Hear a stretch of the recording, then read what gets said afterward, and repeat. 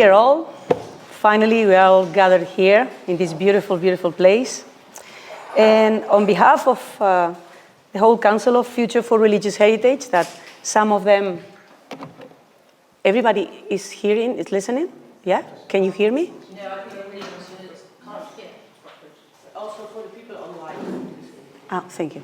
So better like that. It was better before. So, yeah, I was saying on behalf of the Council of Future for Religious Heritage, that most of them are gathered here with me today, with all of us, I would like to welcome you to the 2024 Conference of FRH with this interesting title, inspiring one, Religious Heritage in Transition, Challenges and Solutions. I would like first to give special thanks to our office staff for the amazing job that they are doing and how they give themselves to the task, Jordi and Rocío. And also, especially as well, to our amazing conference committee with all its members and all the rest of committees involved always in an event such as this one. Because, you know, we all know that this subject, this topic, is broad, and we could be talking and discussing for weeks, probably months, on this. It's endless, right? And they did an amazing effort to wrap it together, and make it possible in 2 days. And so I would like to extend the gratitude as well to our contributors, all the speakers that we're going to have these days, because they did the same. They could be talking weeks and weeks on the subject, on each person's subject, but then they are going to gather it in minutes for all of us. And of course, I would like to give a special thank to our friends of the Galicia Jewish Museum in the person of Jacek Stawiski. I don't know if I pronounced it well, your family name, probably not. For hosting us, for your amazing hospitality, and greet you for this magnificent venue. In today's rapidly evolving landscape, let me tell you that professionals, civil society, and authorities are working to protect historic places of worship and their contents. They all face unprecedented digital, social, and environmental changes. We are gathered because of this. It is crucial that we are all prepared to respond quickly and effectively to the challenges these changes pose to the management, conservation, promotion, and visitor experience of these sites. So our 2024 conference provides a timely forum to explore the most urgent of these transformations, from the transition to an ecologically sustainable management of buildings, harnessing the potential of digital tools and the digital environment, to reconsidering how these places and their assets can impact on our quality of life and well-being. And this is quite something. Because in a world of increasing solitude, where many countries contemplate mental health as one of their main concerns, religious spaces and pilgrimage are key to preserve the bonding of human beings and renovate the natural contact amongst peoples from empty rural areas and crowded urban areas. And all of it in an intergenerational atmosphere, which is another treasure.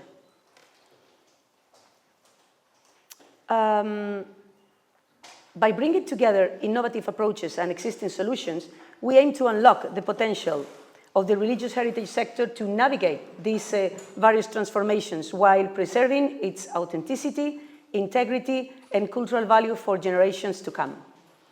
The conference will also provide an opportunity to celebrate innovation and creativity through the award ceremony of the Religious Heritage Innovator of the Year. And, of course, the FRH photo competition, as well as to share work in progress and the latest developments in the network. So we are honored to host such an important event at the Galicia Jewish Museum, as I said before, a testament of the preservation and celebration of Jewish culture and traditions at the heart of Krakow's Kazimierz quartier. This leading institution, created to commemorate the victims of the Holocaust in Poland, will take visitors on a journey through 800 years.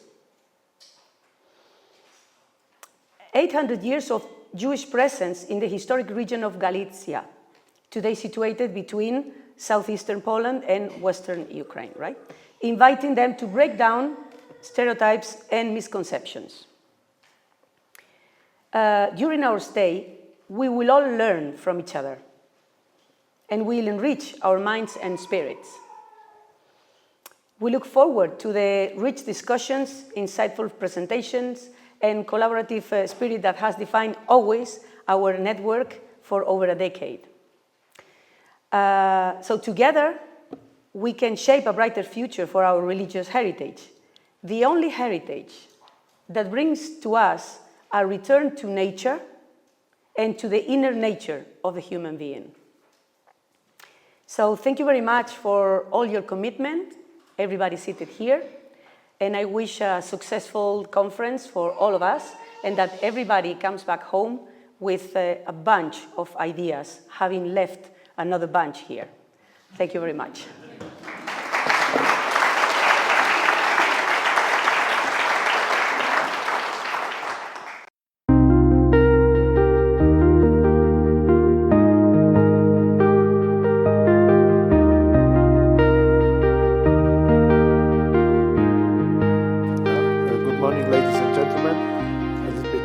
Apologies for the bad quality of previous speaker. On behalf of the Galicia Jewish Museum, I would like to welcome you and wish you as fruitful as possible the conference on the religious heritage in Europe.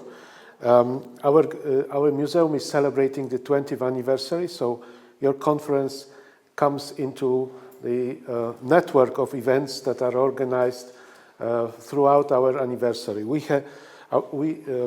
We were founded in 2004 to preserve the Jewish heritage, and not only the heritage of the Jewish people, but also the heritage of unique interrelations between various religious communities. What I would like to say in terms of religious heritage, where I have been engaged in preserving and talking and discussing and researching on the Jewish heritage and the Jewish history in Poland and Central Europe, and the relations between various nationalities and religious communities. But the most important thing I would like to point to you is that when you see this exhibition, the 10 human stories and 10 cities, each of them contains at least one picture of a religious site. And very often, after the Second World War, after the Holocaust, the remnants of a religious site were the only tangible artifact of a vast life, of a vast civilization of Jewish people. And for instance, the only surviving building was a synagogue. And that synagogue was a witness not only to religious community of the Jewish people, but it was a unique witness to the variety of Jewish richness in pre-war Poland and 19th century Poland, and then centuries back. So a religious heritage can be a witness to everything, to religious past, to secular, political, arts, business, commerce, personal stories, and so on. So people who had engaged in trying to rediscover the heritage had to work sometimes only on the religious piece of that. The other important issue that we have made through the past 35 years in Poland is that very often only a cemetery was the site that witnessed the richness of the Jewish presence. Again, cemetery is a cemetery. In most of European traditions, mainly the Christian tradition, a cemetery is just a cemetery. But in this case, the religious sites were witnessing again to this rainbow of activities that were gone. People were exterminated, few survivors either left Poland or left the places they lived in, they moved to other places. And this is, you will see that in our museum, in our exhibitions, that how important it is to not only to preserve, but to understand how much, like in archaeology, how much an artifact, in this case a ruin, a matseva in a synagogue, can be a witness to. And this is, I think, the most important message I would like to pass you on. We are trying to preserve the heritage basing mainly on religious sites, but that gives us possibilities to re-enter into the past world that has been exterminated and destroyed. And there is also one important element of that when we come to the religious Jewish heritage. For instance, a cemetery. After the Second World War, after the Holocaust, cemeteries were abandoned, very often destroyed, even by the Nazis, by others. People were exterminated, there were no Jews.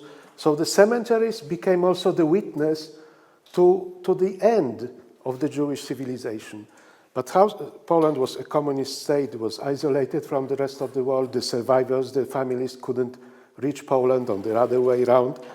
And then in 1989, 1990, this reconnection started, and the cemeteries became, please forgive me this, but they became a little bit alive. They were rediscovered again, renovated, and they bear the witness to the religious side, bear the witness to this, again, rainbow of activities. People who were linked to specific places in Poland, big towns or small towns, they reconnected to their past through the religious heritage. And this points to my final question, is that religious side is not only a religious heritage. Religious heritage gives you the witness to the richness of not only Jewish but interfaith relations. You will see on our exhibition, the core exhibition Traces of Memory, religious side existing side by side. And this is the most poignant element, how to work on the heritage, but also try to use it as a platform to future cooperation, future intercourses between various people. So again, welcome to the Galicia Jewish Museum on the 20th anniversary of our foundation. I wish you all the best. Enjoy Krakow, enjoy us, enjoy our exhibitions, and all the best. Thank you.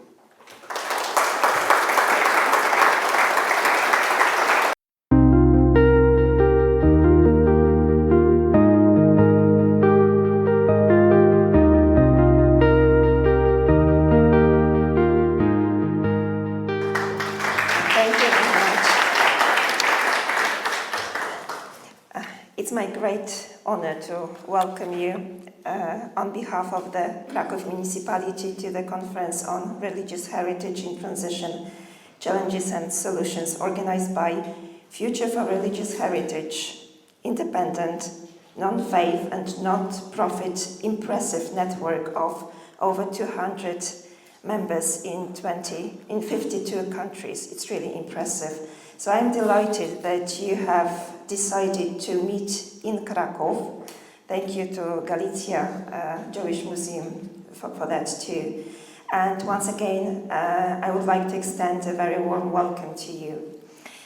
Krakow, as one of the most important cities on the historical and modern map of Poland, has been the center of cultural and religious life for centuries. Krakow's churches, monasteries, synagogues, Orthodox churches and other places of worship or prayer are not only historical monuments, but also carriers of a living tradition that has shaped our cultural, spiritual, national identity for centuries. Preservation and promotion of tangible and intangible heritage has been always in the focus of attention of the authorities of Krakow. The city do the best of its organizational and financial ability, supports historic religious buildings with the best possible care through various support programs and city projects. Let me mention only two of them. Since 2006, the budget of the city of Krakow has been providing targeted subsidies for conservation, restoration and construction works carried out on historic buildings located in the area of the municipality. Up to 2024, more than 400 historic buildings benefited from still small but subsidies, including St. Mary's Basilica, the Pauline Fathers Monastery on Skałka, the Franciscan Monastery and Basilica, the Benedictine Abbey in Tyniec, Isaac's Synagogue and Temple Synagogue, and many smaller parish churches or wayside shrines. Grants from the city budget are, of course, not the only sources of available funding for the restoration works. However, I will stop only on city's activities. Another city project I would like to mention is the Cracovia Sacra Night, implemented since 2008 as a part of the broader Krakow Nights initiative. For 2 August days, there is an opportunity to visit the most beautiful temples of Krakow and see treasures and works of art that are inaccessible on a daily basis. A series of exhibitions, concerts and performances on religious themes happening in churches and monasteries provide an opportunity to be and to interact with the space in an unusual way. In addition, each time Cracovia Sacra Night is accompanied by a leitmotif around which the program of the event is built. In 2023, it was plant symbolism in sacred art.